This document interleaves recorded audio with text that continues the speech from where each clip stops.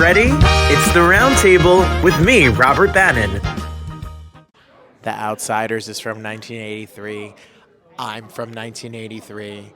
The Outsiders is in every middle school classroom. I feel like I've been in every middle school classroom for the past 15 years.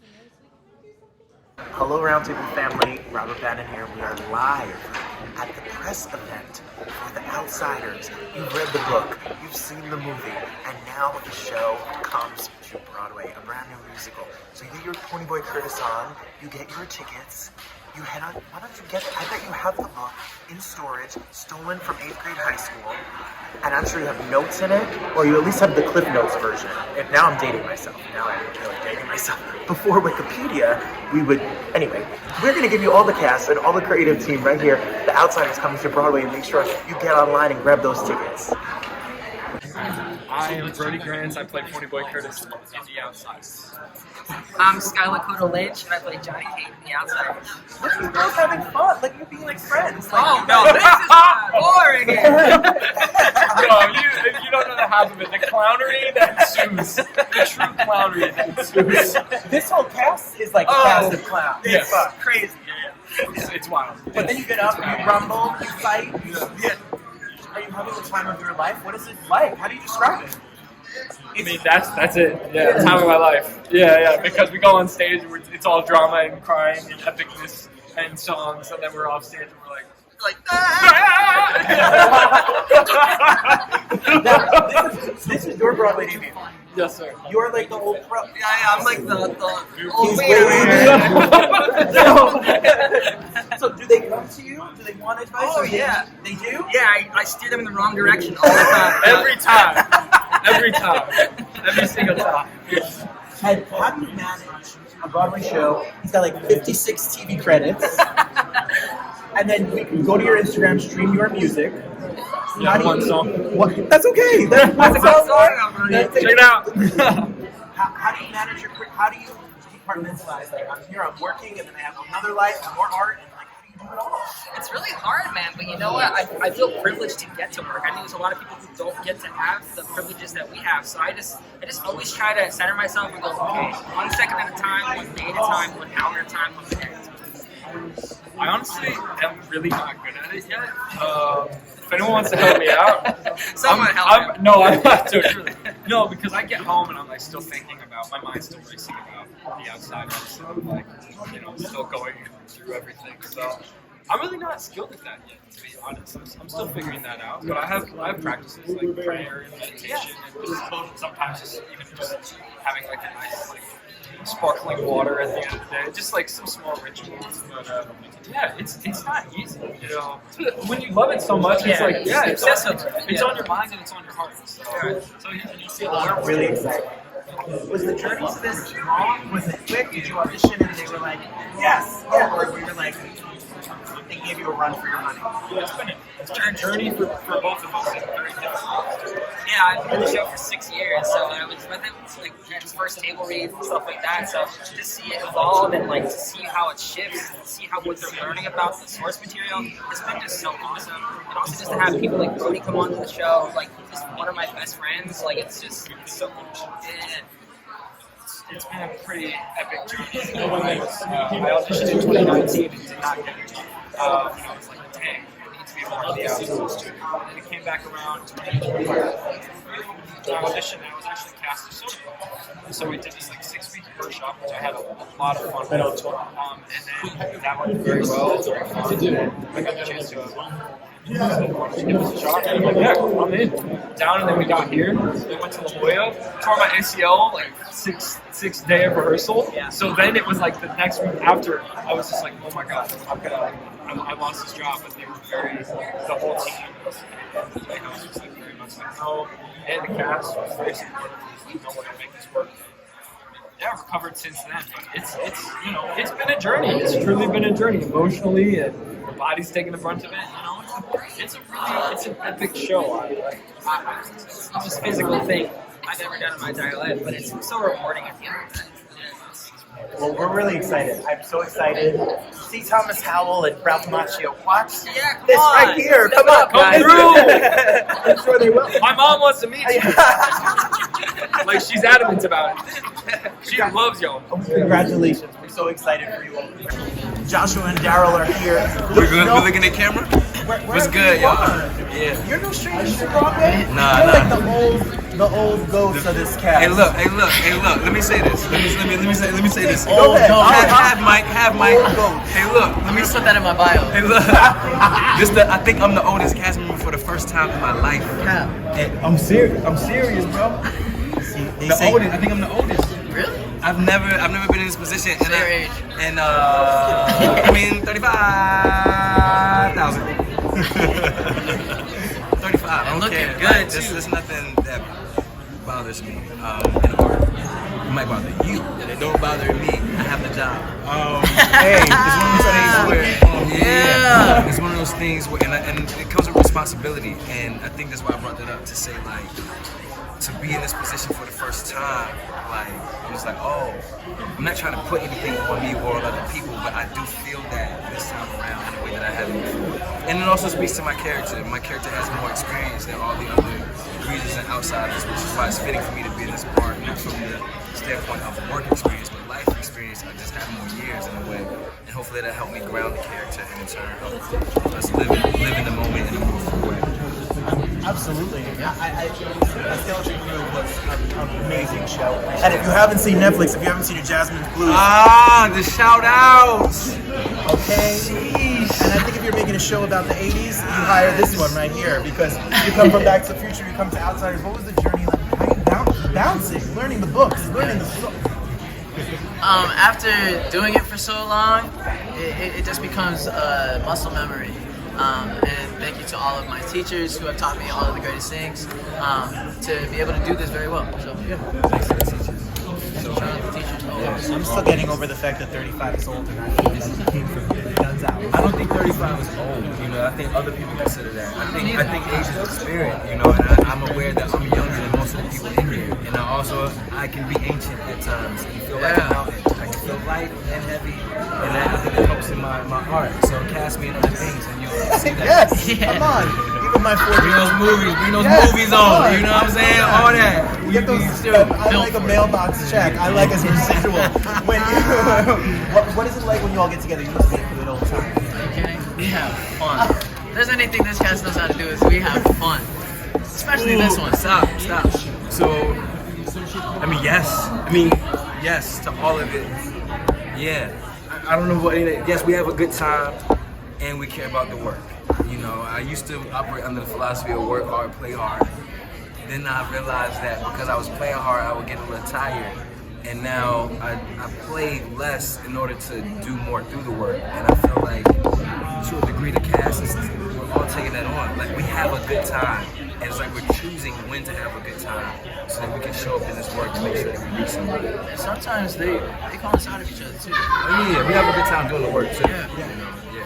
Well, we're really excited. I hope they sell this hat. And maybe something Come on, like we need a little merch moment. Light work. Yeah, light work. Welcome back to Broadway. We're ready for it. Thank you. We're ready. Thank you so much. Congratulations. Thank you. We have Adam Rapp who wrote the book. We have Justin Levine who wrote the book, music, lyrics, and I don't know, a little bit of everything. How did this show come to you? What about the Outsiders inspired the show to turn into a musical? Somebody from the Rocket Group got in touch with me and said, hey, the Rocket Group would like this. I didn't know who they were. And they were like, it sounded like I thought it was a bank or a company that makes jewelry. And I thought, I'll meet anybody about any project because I needed a project. I had no idea initially that it was going to be about a musical. I heard the Outsiders mentioned. I was a huge fan of the book as a kid. It stayed with me all the way up into my adulthood. I said, of course I'm going to take this meeting. And I came in with kind of a pitch to them about like how I saw it and what the world could be. And that was it. It was actually, I think, their literary manager at the time reached out to my agent, and I went in and had a meeting with Mathews. And then I think I had a second meeting. And then I met the guys who wrote the music initially before Justin was brought in. And loved those guys, loved the music. I thought the 2 or 3 songs that they had demoed were really beautiful and not like anything I'd ever heard in musical theater. And I was in. I was like, I'm in. I'll just see how far this goes. And here we are, welcome to Broadway, and the sound inside is brilliant. It's one of the most brilliant pieces of drama ever. Justin, you're no stranger to an orchestration. I mean, we could Moulin Rouge and bop our head and dance away. Diamonds are a girl's best friend. What was it like to then take something like that? This is a very different piece, and what was it like to work on the music with this? Yeah, incredibly different.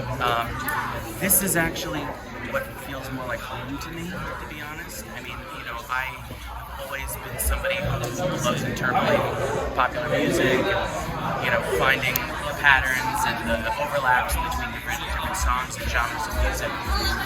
But music for me has actually always been my hobby. I never really thought music was going to be what I was going to do for a living. I don't really know what I thought I was going to do for a living. That's kind of how it goes.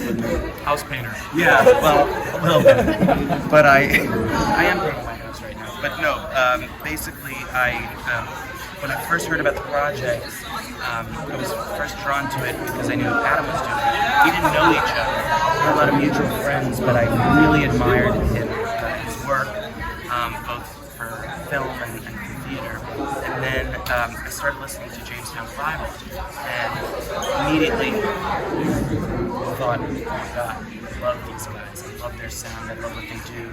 And then, and at the time, I actually was trying to do less music directing and less orchestrating and stuff like that. But Outsiders was one of the most important books to me, and so I was like, I just gotta see what's going on here. And then when we got in a room together, I just saw the alchemy, and I just felt like a kid again in a lot of ways. I felt like we had permission to sort of just like let our, inner schoolyard punk out. Yes. It was really fun. Yeah, there was a lot of clowning. And within the clowning, there was a lot of seriousness. It was like streams of. There was a lot. We've been through a lot together. I think we're all very, very close. Yeah. Really biggest clown in the world. Biggest. Well, sometimes musical theater gets a reputation of the book. The music. You read a pretty good template for this show, which is the novel. And then you got to explain about it. What was it like to turn a novel into a book, into a script? Well, I've never done it before, and it was a lot. I was just trying to identify, as we went through it, I was trying to identify, what are the kind of key flashpoint moments in this kid's life. And then I think as we developed it more, we realized it was a memory.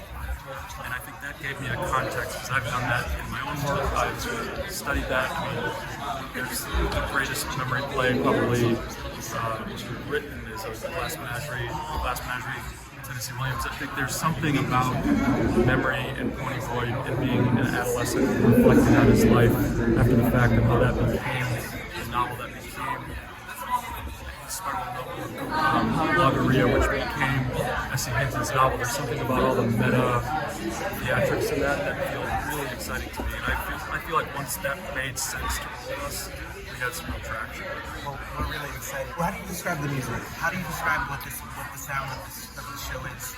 Music is bursting with life. It's American music, which in turn makes it world music. It's pulling from traditions from all over, and under that umbrella of Americana. There's soul, there's rock and roll, there's R&B, all sorts. I just wanted to point out two things about this movie. One is that what I love so much about the language in this for this musical is that Adam has created sort of a vernacular or a dialect, and it just. I remember when I first read a draft of it, that really hooked me in, and it has its own musicality to it. And so that also was important. Also, we mentioned the Glass Menagerie, and interestingly enough, the Glass Menagerie actually premiered after Jacob's Sleep. So it feels extra sad. I hope that'll give us some good luck.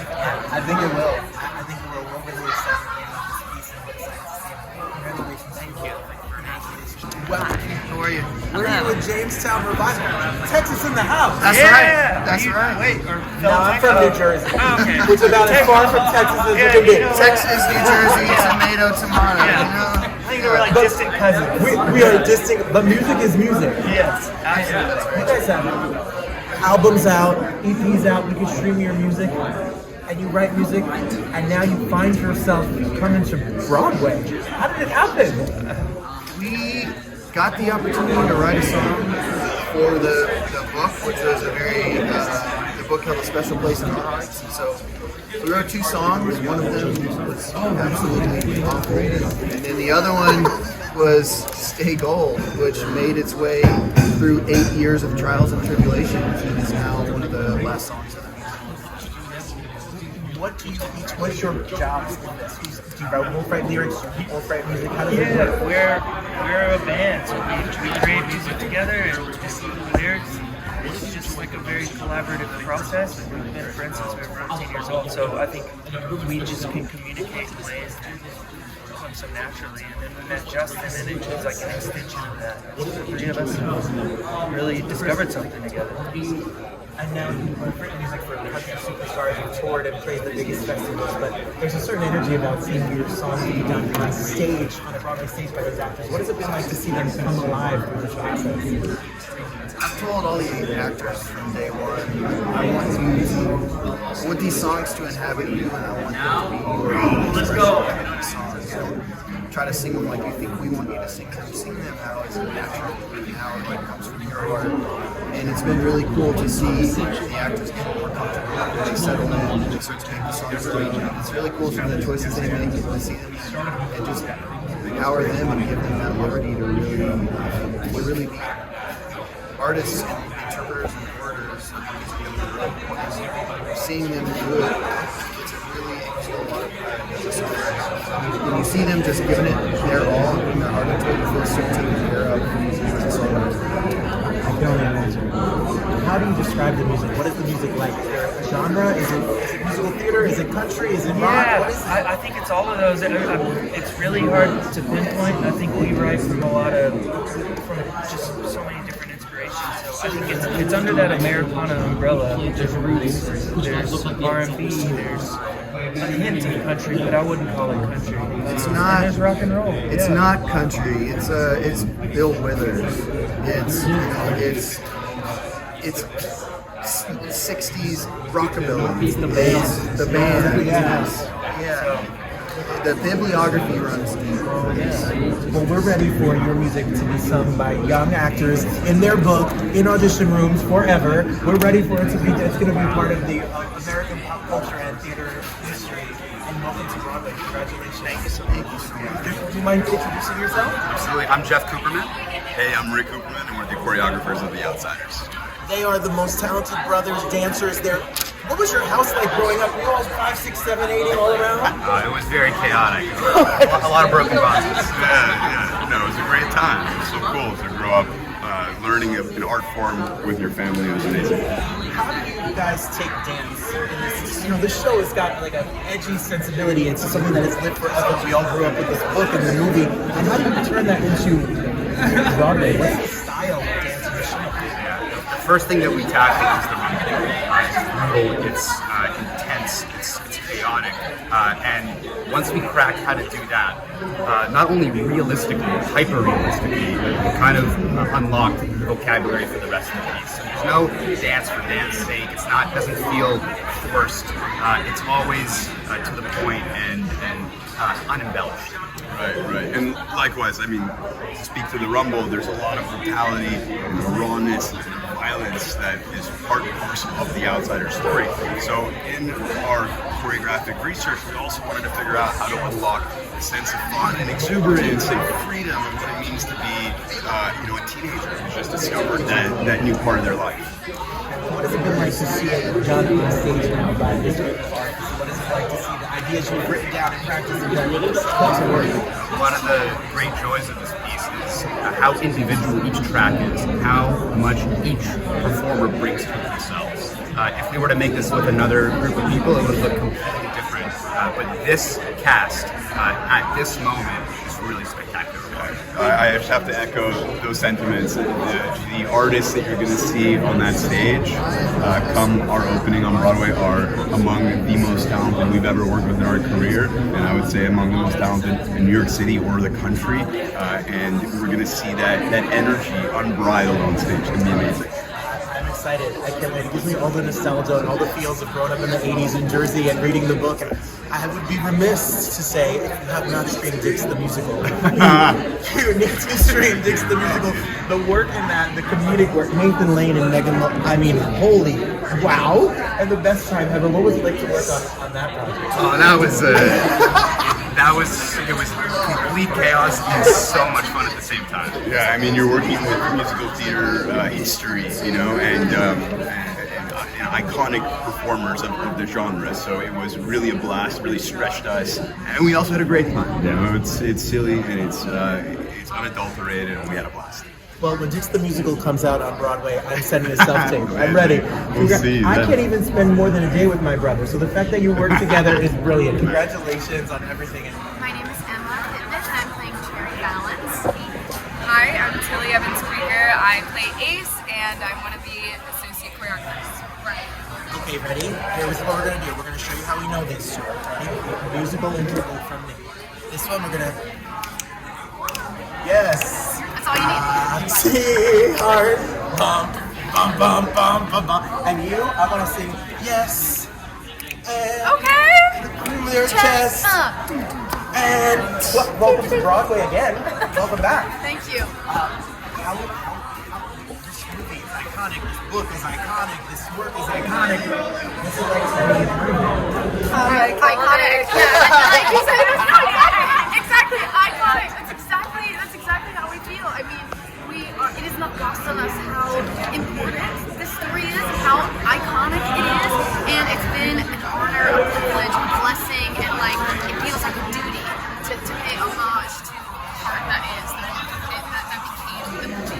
It's so exciting. We all have the feels. It's very 1980s New Jersey right here. It's very I love it. When you're assistant choreographer. Associate. There's two of us. Look it up. Kristen Carconi. Kristen Carconi's the other one. Shout out. How do you describe the dance? What is it like? Ooh, rooted, grounded, earth-shattering. But then for the socias, it's giving more proper, but still ferocious. I like the word ferocious. I think that's an excellent descriptor. It's hard for me to watch sometimes because it's so ferocious, and I'm like, the greasers have to win, but they're killing it. The other side's killing it. Whatever. I heard this this fight scene choreography is something. What is dance call gonna be like? Oh, you mean like when we do lifts and fights and probably like an hour long. It's giving Moulin Rouge. It's giving hour long. We have to make sure everything is safe. All of it's together. We have to like breathe. We circle up before every single show, and it's gonna be long, but great. I'm ready. I'm ready. How did you find your version of Sherry? She was born and lived in Oxford, Mississippi, and it's where I grew up. And I was telling everyone I did a play adaptation of The Outsiders when I was in the 10th grade, and I played Marcia. And I remember learning Cherry and walking Cherry by being her friend at the play and being like, that is me. I can't explain it. I can feel so connected to her. And so I just dropped into that sweet 10th grade girl that wished and longed to be her, and now she is her, and I let her live free. It's so amazing. So nice. It makes me want to cry a little bit, but in a cute way. How many schools did The Outsiders in high school? Like, no. So, like, it's crazy to me. Every time I hear the story, I'm like, oh my god. It was meant to be. Yeah, 100%. It gives me chills every time because it does feel like divine in a crazy way. Yeah. Because it is. And now it's going to be shared on Broadway, so you need to get your tickets and come down here open to the Bernard Jacobs and see all of this hour-long dance calls and singing and dancing and fighting. Tell people that. Get over here! Get over here! Congratulations. Welcome back to Broadway. Thank you so much! I'm Jason Schmidt and I play Sodapop Kurdish. I'm Brent and I play Daryl. And this is the key to Tulsa, Oklahoma. A subtle flex of ours. Given to us by the mayor of Tulsa, Oklahoma. What does it open? The city. The city. A gas station? A library? What is this? Where'd you get it? The Outsiders front door. The mayor of Tulsa, we took a trip there. He actually did give us this key. Yeah, it was a really special. Me and Brent personally. No, Yeah, us yeah. casually under the table. What is your introduction to? Did you read the book? Like, did you read it in school? My dad actually read this book to me before the time most people read it to me in my church. He knew it before it was cool. I read it in the 7th grade. It was required reading a lot later than most people were introduced to it. And what stuck out to me was it was very much the first book that I personally clung to, and I think a lot of young people had that experience because I think Susie wrote it with an honesty and sort of like she doesn't condescend to young people. It's a young adult's novel, and I think that the truth really speaks to young people. And now it's on Broadway, and it's your Broadway debut. Yeah. Congratulations, Broadway debut. We already have the key to Tofa. I know. I'm worried about you, Boone, because this might be it. Like, I know. Yeah. There's no. I'm never gonna get a key to the city again. Probably. No, especially after how I'm acting with this. Yeah. And that's cool. That's cool. I'm fine with this being the apex of my trajectory. Honestly, I'd be honored. This is it. Are you guys? I think you're having fun here with this show. A little bit. A little bit. Yeah, sometimes a little too much. It never gets in the way of work. Yeah, the beautiful part of this group is that we work hard and we play hard. I think that's so important because the show deals with so many dark themes. And if you don't play hard within that, it can get really sad. Dark, and you're walking home and you're sad. We keep it light. We cool down every work day to sort of like, just ground ourselves because it's a tough story to tell every day. Yeah, it's 3 hours and a lot of it's dealing with a lot of really heavy things. But there's also beauty in that. I think there's a silver lining there. Yes. Well, I've never felt older. A. B. You look young. Thank you. You want a job? I want to be on the outside. I'm ready. I can't. Who do you want to play? Neither can I. No, that's his part. I'll take it. I don't want to be in the Rumble though. I can't do that choreography. You can. Yeah, you can. No, I would look great. I told your choreographers that I'm more of like Dix the musical. Like that's more my. Oh, okay. No, push your limits. But I have the blonde hair and the blue eyes. You did. You did. Yeah. And you could be one of the brothers. And the beautiful jaw. Where's Miss Timur? I'm ready to do my self-tape right now. 5, 6, 7, 8. I'll give you a beautiful recommendation. Yeah. I'm in. Because my work means a lot. Hear me out. The casting process. You're here. You're here. Yeah, they listen to us. Well, I can't wait for opening night. I can't wait for people to see this. I can't wait for you. Just keep collecting those keys. I want that. Just keep. Lexington, Kentucky's next. Greenville, Alabama. We're coming for you. New York's next. That's right. Hey, I'm Dan Barry. I play Paul Holden. Hi there, I'm Kevin William Tall, and I play Robert Sheldon. I love it. Congratulations. Welcome to Broadway, and there you go.